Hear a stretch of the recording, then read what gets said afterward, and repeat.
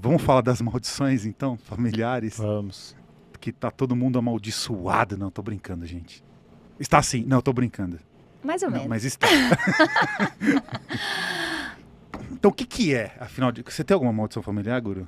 Deve ter. Eu preciso estudar mais a fundo esse caso. Mas, acontece cada bizarrice aí. Vamos com a especialista. Então vamos, então. Agora elas querem. Conta, Guru, qual é? Tô brincando. Mas eu já gostaria de ouvir. Mas maldição familiar é tudo aquilo que, em algum nível, trava a sua vida e que te leva para um caminho de dor, de sofrimento, além do natural. Então, por exemplo, é natural que quando eu perdi um bebê na 10ª semana, eu fiquei grávida, é natural que eu tenha um sofrimento, que eu tenha uma dor. Agora, quando isso acontece repetitivamente, pode indicar um padrão familiar tóxico ou uma maldição familiar. E por que maldição familiar? Porque existe um campo de estudo que é até bem recente, que chama epigenética, que está acima da genética. É uma nova área da ciência que estuda aquela parte que antes os cientistas chamavam de junk DNA, que era um lixo, DNA lixo. Eles não sabiam o que eram, chamavam lá de lixo DNA. A gente já, só para resgatar, a gente já tratou desse tema Perfeito. algumas vezes aqui, né? Então, E realmente já sabe. é exatamente isso. Né? A ciência tratava como se tivesse uma parte. Do nosso viés aqui, essa parte do DNA lixo seria a parte do DNA alienígena, que está aqui no nosso DNA, desculpa desvirtuar não, aqui, imagina. mas seria a nossa parte alienígena, híbrida, em que os manipuladores genéticos desligaram no nosso DNA para que a gente não nos tornássemos deuses. E tem um fundamento nisso, na minha ótica, é porque a gente é bebê, então a gente ainda precisa saber lidar com as informações que chegam. Então, se a gente tivesse certos acessos a certas informações lá no passado, isso poderia ser um grande problema. Então, hoje chega essa informação de que esse DNA, na verdade, era uma parte, de fato, que a ciência não sabia explicar o que era. Então, hoje, ela já está começando a explicar. Por que é importante falar da epigenética? Porque a epigenética diz o seguinte, que você, para quem nunca tinha ouvido falar desse termo, você não só herda a cor do cabelo, a cor da pele, a cor do olho, essa história toda, você herda memórias, você herda traumas, você herda padrões emocionais, você herda padrões socioculturais da época, você herda muito disso porque estamos todos ligados de alguma forma. A Bíblia já traz muito disso, né? Tu serás amaldiçoada até a tua quarta geração. Não é porque, na minha crença, que Deus te amaldiçoa, mas é porque se você não cura isso, você passa para o teu filho passa para o filho dele. Por exemplo, um padrão de traição. Essa pode ser uma maldição familiar. Então, a traição já vem desde o bisavô, desde o trisavô. E aí o pai dessa pessoa viu o pai traindo. E na psique dele, no modelo de mundo dele, isso é normal. Então, não só ele viu isso na infância dele, como o DNA dele diz: essa é sua casa, é isso que você deveria estar fazendo. Porque nós temos uma necessidade de lealdade, de pertencer a sistemas. Nós nascemos em famílias, afinal de contas. Uma pessoa isolada do mundo, ela está em processo de morte. Então, se está em processo de vida, está em conexão com pessoas. É natural, é da natureza humana se conectar com pessoas. Então, é natural que estejamos todos conectados e tenhamos a necessidade de pertencimento. Então, por essa necessidade, a gente vai repetindo padrões por amor. E essas maldições, elas, por mais que o nome seja forte, são repetições de padrões. Então, eu vi isso no meu pai, eu sigo isso. E aí, só para trazer um pouco mais de ciência para as pessoas que talvez não conheçam muito desse termo, existe um estudo de David Hilbel que fala que ele colocou 2 grupos de gatos em 2 tipos de quartos. O primeiro quarto só tinham listras horizontais na parede, eles eram alimentados, cuidados, mas não tinha nenhum outro acesso a nenhum outro tipo de móvel. No quarto B, mesma coisa, só que listras na vertical. Baby cats, kitty cats, cresceram, viraram gatos adultos. E ele voltou esses gatos em sociedade. Os gatinhos, né, que cresceram com as listras horizontais, eles não viam por exemplo, a pezinho da cadeira que fosse vertical, eles batiam a cabecinha. Porque o campo de visão deles não tinha sido treinado a olhar aquilo. O que isso significa? E aí ele traz, até ganha, foi indicado ao Nobel da Paz. O que ele traz para a vida humana? Que aquilo que você cresceu vendo na tua infância se torna a tua listra. Então você vai para a vida adulta e você vai buscar as mesmas listras. Então é como se, voltando no padrão da traição, é como se existissem, sei lá, 50 pessoas incríveis e eu vou como um Robocop. Naquele que vai me dar, em algum nível, o mesmo sentimento que eu tive lá na minha casa, que vai me servir para me mostrar, você tem que curar isso. Então, é uma maldição até que alguém olhe e fale, chega, eu vou parar isso. E eu chamo essa pessoa de disruptiva, essa que quebra padrões. Por isso o nome é segunda quebra.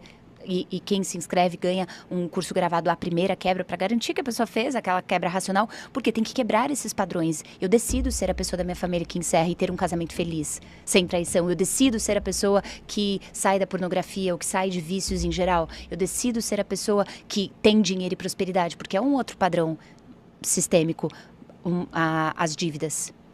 Então, às vezes, isso vem de tão longe. Alguém da tua família, no meu caso, um dos meus movimentos mais profundos de cura financeira, eu sempre ganhei muito dinheiro desde os meus 17 anos, quando eu comecei a trabalhar. Trabalhava como gerente numa loja de shopping, comecei como extra e tudo isso.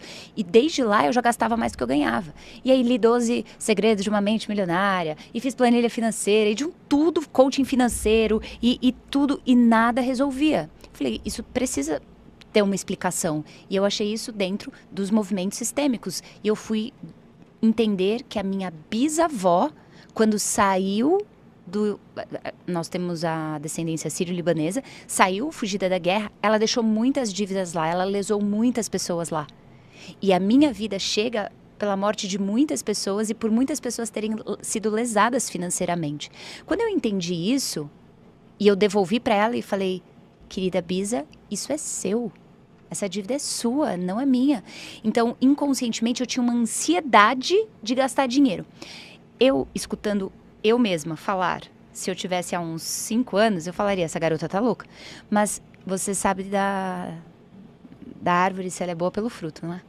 Depois que eu fiz esse movimento, que eu quebrei essa maldição na minha família, que eu devolvi para minha bisavó e aceitei que ela fez o que ela fez porque ela tinha que fazer, ela estava fugindo de uma guerra, afinal de contas, né? Ela teve que ir embora e tudo isso, e eu respeitei esse movimento.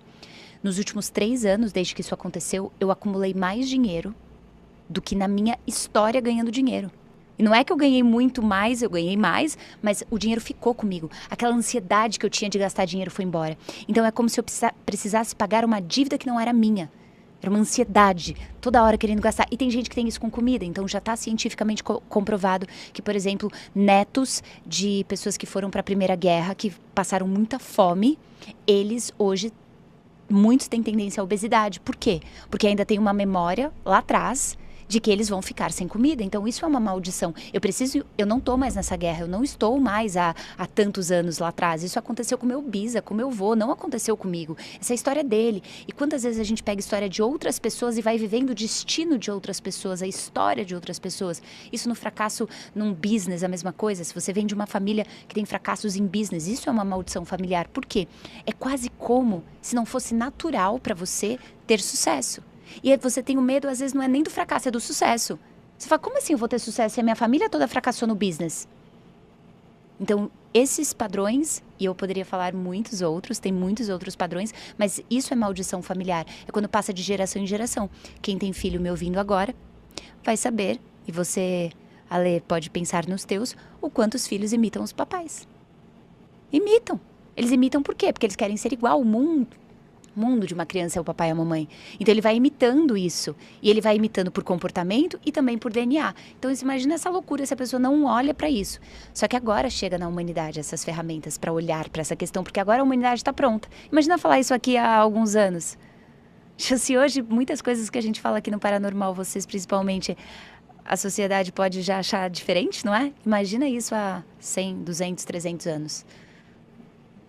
Então, nesse caso, só para eu recapitular aqui, então, você estava sempre atolado em dívida, porque de uma certa forma epigenética, nesse caso, você estava querendo honrar este padrão da sua bisavó, que era uma pessoa que era sua bisavó?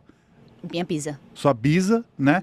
Então que ela se endividou demais, ela conviveu com essas dívidas todas, então você inconscientemente estava repetindo aquele mesmo padrão. Você estava querendo, entre aspas, honrar a história dessa sua bisa repetindo aquilo que ela fazia, que era ter dívidas. Sim. Controle financeiro. Sim, maldição não é necessariamente uma repetição por honra literal, assim, vou ser eu igual você. Pode ser eu por você. Então, se você não pôde pagar a sua dívida, que era o meu caso, se você não pôde pagar a sua dívida, eu pago. Eu por você, eu pago por você. Sabe que nem, não sei se seus filhos já fizeram isso, mas eu já vi meu sobrinho, a mamãe chegando do mercado com sacola, ele querendo pegar a sacola. Deixa que eu carrego, mamãe. É nesse sentido, deixa que eu carrego esse peso por você. Deixa que eu resolva esse problema pra você. Por isso que tem tantas pessoas, por exemplo, em caminho de morte, com apatia, depressão, tendências suicidas, desejo de morte direto ou indireto, porque às vezes ela não quer literalmente tirar a própria vida, mas ela pensa, também se eu fosse atropelada agora e morresse, eu recebo demais isso nas minhas salas de aula. Por quê? Porque está seguindo o padrão familiar de morte, muitos deles. Claro que existe também, aí cai o padrão vibratório, vem uma obsessão, mas existe um padrão, eu sigo você, que é um outro padrão de maldição. Então, você morreu, papai, eu quero te encontrar onde você estiver, eu vou atrás de você. Que é o que você viu em sala de aula também. Quero morrer também. Quero morrer também. Quero ir atrás de você. Porque é um amor tão grande, tão grande, tão grande, que é inconsciente. A cabeça da criança, ela acha que ela consegue... Assim, o meu sobrinho, quando ele tinha 3 para 4 anos, ele subiu no topo da escada e ele falou, eu vou pular, tipo assim, era muito alto. Com certeza ia se machucar em algum nível, pulando lá de cima. E ele falou, eu vou voar que nem o Batman. Essa é a mentalidade da criança espiritual, emocional, que ainda, mesmo com 40 anos de idade, está lá tentando salvar a mamãe e papai. Está lá tentando resolver o problema da mamãe e do papai. E por que vem de tão longe? Porque pensa assim, ó, a minha bisa, o meu vô, quis pegar isso da minha bisa. Não conseguiu resolver. Aí não conseguiu quebrar essa maldição. Aí meu pai fez o quê? Quis pegar do meu vovô. Do pai dele. Não conseguiu resolver. Eu peguei do meu pai. Então passou o bastão pra mim, deixa que eu resolva essa bomba. Até que alguém, então, olhe e interrompa esse padrão. E tem técnicas hoje pra isso. Muitas. 2 perguntas, então. Quais seriam essas maldições familiares mais comuns que você tem aí testemunhado ao longo dessa sua carreira? E se a pessoa que está em casa consegue fazer um processo de autoanálise para conseguir elucidar ou trazer à tona essas maldições entremeadas em seu ser? Ótimo, gostei da pergunta. Tem muitas formas de fazer isso. É o processo de uma vida toda, porque são muitos emaranhados sistêmicos ou muitos padrões. Tem as bênçãos. Deixa eu só fazer um parênteses. Existem, obviamente, bênçãos, que a gente também carrega dos nossos pais, coisas muito boas, dos nossos avós e do nosso sistema. Então, não é para demonizar de forma alguma, mas é para... As bênçãos a gente quer continuar. São os padrões negativos que a gente quer eliminar da nossa vida, né? Já vi um monte aqui de gente. Esse negócio de dívida, já vi que pesou aqui. Dívida é muito forte. Uma das coisas que mais aparece... Eu vou falar das minhas turmas, porque eu sempre faço um formulário. Eu já treinei algumas milhares de pessoas, lido com pessoas de mais de 80 países. Então, hoje já peguei o padrão. Não estou falando isso para dar carteirada, mas é porque eu já peguei o padrão. Então, por exemplo... Dívida é uma coisa que aparece muito, e não é só a dívida. Eu não tenho dívida, mas eu ganho muito, daí eu perco tudo. Daí eu ganho muito, daí eu perco tudo. Daí eu ganho muito, é um padrão interrompido. Parece que quando você tá indo, você tá quase... É um coito interrompido. Vamos colocar dessa forma. Tá, eu nunca sofri disso, Guru. Você teve alguma coisa nesse sentido? Ganhar muito e perder muito? Não, acho que... Ainda bem que ele mudou o viés da pergunta do coito. Não, mas... é porque você teve o Zé Graça. Sim. Que aí foi, ele decolou, é que você não sabe a história dele, mas enfim, ele teve, acho que, sei lá, o 3º maior canal do YouTube do mundo no ano de 2012, alguma coisa assim. É que eu não ganhava muito lá, eu ganhava muita alegria, muito amor Tá. e muitos views, muitos views, isso eu ganhava. Financeiramente não houve esse aporte financeiro. Mas tem uma conta que ele faz que diz que eram milhões que era para ter ganho. Milhões, eu falo o número, 3 milhões de dólares era para ser o meu salário, e eu não tive. Mensal? Não, no período... de 2009 até 2011, eu acho. Mas existe um padrão aí. Existe. Agora, é claro que tem que analisar hoje, porque às vezes nós quebramos padrões pelas nossas condutas também. Então, se a gente decide e faz diferente, tem muitos que a gente consegue quebrar. Agora, se o problema é crônico, que ele continua acontecendo, e às vezes ele precisava devolver esses 3 milhões de alguma forma aí. Pro universo. Devolveu. Guru. Precisava. Devolveu aí, Também receber agora. Não era seu. Esses 3 milhões não eram seus. Aí agora talvez você possa analisar, Guru, o seu padrão financeiro, não precisa falar agora, mas podia analisar o seu padrão financeiro de ver, peraí, será que eu tô ganhando tudo que eu poderia ganhar ou ainda tá limitado? Ou então, poxa, será que eu ganho tudo, mas estou sempre com medo que ele vá embora? Então é uma análise que você precisa fazer, porque pra gente olhar se é uma maldição, a gente precisa ter esse problema na nossa vida e perceber esse problema. Então, olhar para as suas questões, esse é o exercício mais prático que eu poderia passar. É olhar para a sua vida, qual área da minha vida está travada? Tem gente que fala todas. Tá, será que todas? Dá uma olhadinha com um pouquinho mais de amor. Qual área da vida que mais dói? Então, por exemplo, você me perguntou das mais frequentes. Dinheiro, ou ganhar muito e perder tudo, e gastar mais do que ganha, ou ser interrompido esse padrão, ganho, perco, ou eu tenho, mas estou constantemente com medo de perder essa grana. Eu não sinto que ela é minha, que a qualquer momento, se eu vacilar, ela vai embora. Então, são esses 3 padrões. Mas nem todo mundo tem, só é comum. Outro padrão muito forte, trava profissional. Não consegue fazer uma transição do CLT para o empreendedorismo. Tenta e não consegue. Ou às vezes nem consegue tentar, na cabeça já fez 1000 planos, mas não consegue fazer essa transição. Então é muito frequente. Ou mesmo crescer o próprio business. Então é como se fosse sempre uma sensação de fracassar. Então como tem sempre esse medo de fracassar ou de ser bem sucedido, o medo impede as pessoas de agirem. Então como elas não entram em ação, obviamente elas não têm sucesso no business. E é quase como se elas quisessem falar assim, eu tenho o quê? Eu tenho que fracassar. Um outro padrão muito comum, relacionamento amoroso. Muitos conflitos no relacionamento amoroso, divórcios ou traições, ou pessoas indisponíveis. Então, a mulher que está no masculino, na energia masculina, o homem que está na energia feminina. Então, muitos padrões tóxicos. Eu lembro que nos meus primeiros anos, e aí um exercício prático vai sair disso, nos meus primeiros anos de casamento, eu sempre pensava assim, vai ter que divorciar, não vai ter jeito. E a gente nem tinha problema. Tinha nada que me falasse, vai divorciar. A gente não brigava, era uma discussão normal de qualquer casal, nunca teve o menor indício de traição, nem de um lado nem de outro. Nada abusivo, nada que levasse para esse caminho. E vinha esse pensamento, entre aspas, do nada. E aí um dia me perguntei, de quem que é essa história? E esse é um padrão muito fácil das pessoas fazerem em casa. Então, eu me perguntei, de quem é essa história que eu tô contando? Me veio imediatamente, porque o cérebro, o Tony Robbins fala, né? Se você pergunta pro teu cérebro com convicção, quero a resposta. Se você demanda a resposta do seu cérebro, ele traz. E eu perguntei, de quem é essa história? E veio a imagem da minha mãe. Minha mãe teve um primeiro casamento. Ela tá casada com meu pai, já vão completar 50 anos. Mas ela teve um casamento anterior e teve conflitos físicos, né? Ele batia na minha mãe e ela, então, se divorciou e saiu do Paraná e foi para São Paulo. Então, ela teve um padrão de casar pela segunda vez. Então, é quase como se eu tivesse que casar pela segunda vez, meio inconsciente. E quando eu falei assim, aí eu fiz esse exercício em casa, eu estava sozinha e eu me perguntei isso. E eu falei, querida mamãe, essa história é sua. É como se eu devolvesse algo para ela. É como se eu pegasse um presente e falasse, mamãe, esse presente, isso aqui eu peguei seu, mas não é meu, é seu, tó. E eu devolvi. Nunca mais eu tive esse tipo de pensamento. Mas aí, nesse Muito caso, louco, né? vou falar uma coisa meio idiota, desculpa. Mas você não poderia casar pela segunda vez com o mesmo marido?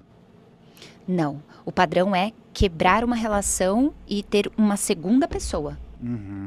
Então, existe uma lealdade também à primeira pessoa. Porque se a minha mãe não tivesse divorciado daquela pessoa, porque ele também faz parte do sistema, então ele também faz parte da maldição.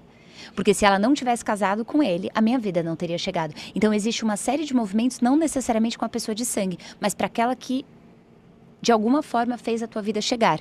Então é quase como se eu tivesse que separar e ter uma segunda pessoa. Uma outra pessoa, que não fosse meu marido. Não quer dizer que é uma regra absoluta, tá? Então eu não gosto de regras absolutas e determinismo. E toda pessoa que pensa em se divorciar é porque ela tá seguindo o padrão da mãe. Não. Autoconhecimento não é isso, não é generalização. É um olhar para dentro e falar, isso é meu.